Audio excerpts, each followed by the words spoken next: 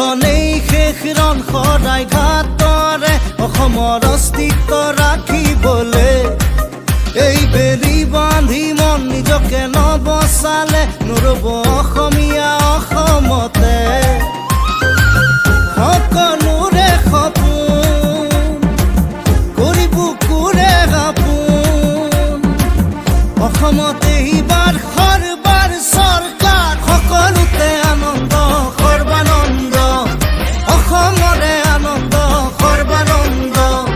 সকলোতে আনন্দ সৰ্বানন্দ অসমৰে আনন্দ সৰ্বানন্দ